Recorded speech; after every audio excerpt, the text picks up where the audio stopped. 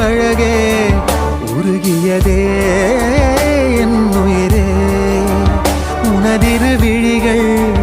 இமைத்திடும் பொழுதில் பகலிரவு உரைகிறதே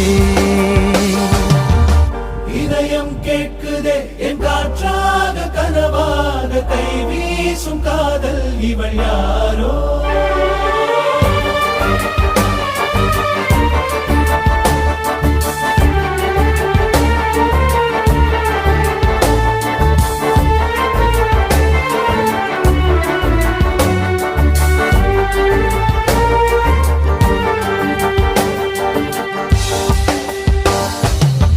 தேவதையின் விழியில் விழா காணும் பொன்வானம் அழைக்குது அருகில்